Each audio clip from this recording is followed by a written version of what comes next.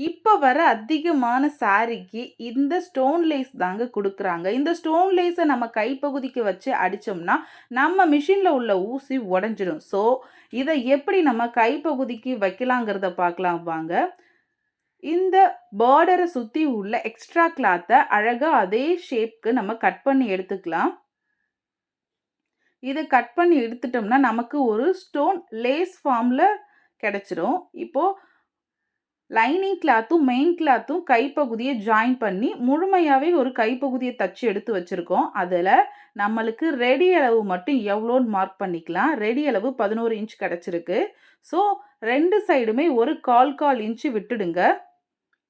Stone lace வைக்கிறோம்ல, so அதுக்காக நம்ம ஒரு 1/4 இன்ச் முன்னாடி தள்ளி மார்க் பண்ணிக்கலாம். இப்போ இதோட அளவு எவ்வளோன்னு மார்க் பார்த்துக்கலாம். 10.5 இன்ச் நமக்கு கிடைச்சிருக்கு.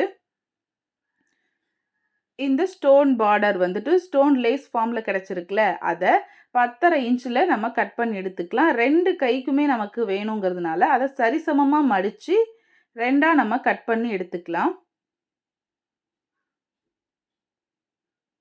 எனக்கு சரியான அளவே கிடைச்சிருக்கு 2மே.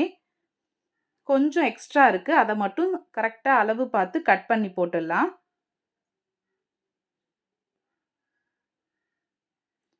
இப்போ நம்ம இத ஸ்டிச் பண்ண போறது இல்லங்க. ஒட்ட தான் போறோம். B7000 க்ளூ எடுத்துக்கோங்க. இது ரொம்பவே ஸ்டிஃப்பா நிக்கும் இந்த க்ளூ. நம்பிக்கையாவே ஒட்டலாம். ஃபுல்லா அதோட ஷேப்புக்கு ஏத்த மாரி அந்த ட்ரையாங்கிள் ஷேப்புக்கு ஏத்த மாதிரி, அதே மாதிரி ஒரு லைன் ஃபார்ம் பண்ணுங்க அந்த க்ளூல ஃபுல்லாவே. பொறுமையா வச்சு, இத அப்படியே எடுத்து நம்ம ஜாயின் பண்ணி வச்சிருக்க கையில வந்துட்டு ஒட்ட போறோம். முழுமையா தச்சு வச்சிருக்க கைப்பகுதியில, நம்ம ஆல்ரெடி மார்க் பண்ணி வச்சிருக்கோம்ல, 1/4 இன்ச் முன்னாடி அந்த மார்க்கிங்ல கரெக்ட்டா ஒட்டிடுங்க. ஷேப் பண்ணி பார்த்து கரெக்ட்டா ஒட்டிடுங்க.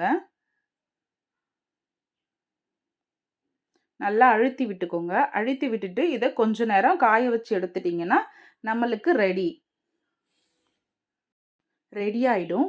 பாருங்க எவ்ளோ சூப்பரா இருக்கு பாருங்க. இந்த வீடியோ உங்களுக்கு பிடிச்சிருந்தா மறக்காம ஒரு லைக் குடுத்துக்கோங்க.